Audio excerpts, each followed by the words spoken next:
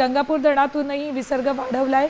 नाशिकच्या गंगापूर धरणातून 7372 क्युसेक वेगाने विसर्ग सुरू आहे। दुतोंड्या मारुतीच्या छातीपर्यंत पाणी आले। शहरात पावसाने विश्रांती घेतली, मात्र दुपारनंतर नाशिकला ऑरेंज अलर्ट दिलाय। प्रशासनाकडून सगळ्या यंत्रणांना अलर्ट राहण्याच्या सूचना दिल्या।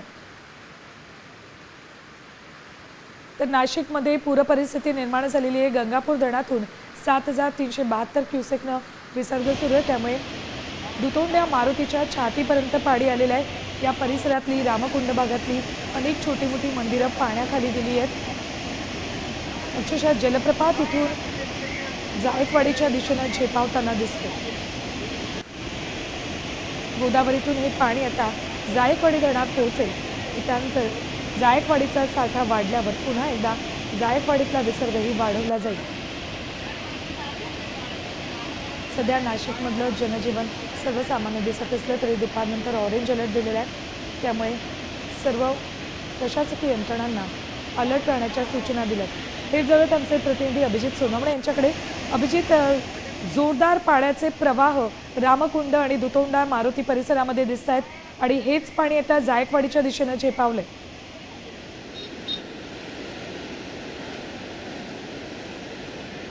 सुवर्णमी ही नाशिकच्या होळकर पुलावरून गोदावरीला किती प्रचंड प्रमाणात पूर आला आहे याची ही दृश्य दाखवतो। समोर या दृश्यांमध्ये हा सगळा रामकुंड आहे, लक्ष्मणकुंड आहे, सीताकुंड आहे, हा सगळा परिसर आहे। या सगळ्या परिसरामधल्या या दृश्यांवरून आपल्याला अंदाज येईल की गोदावरी नदीच्या पुराची परिस्थिती नेमकी कशी आहे। या सगळ्या परिसरामध्ये पूर्ण परिसर पुराच्या पाण्याने व्यापून गेलेला आपल्याला बघायला मिळतोय।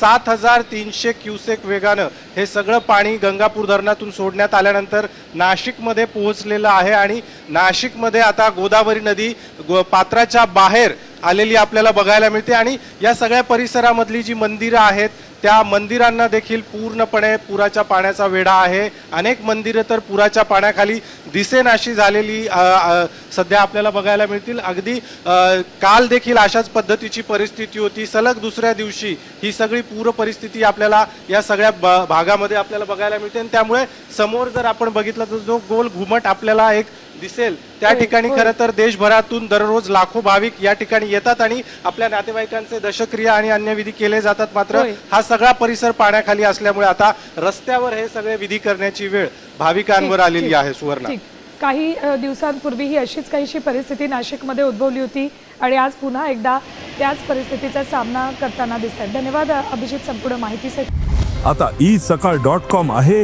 देशातील नंबर 1 ची मराठी न्यूज वेबसाईट। प्रत्येक अपडेटसाठी isakal.com ला नक्की भेट द्या।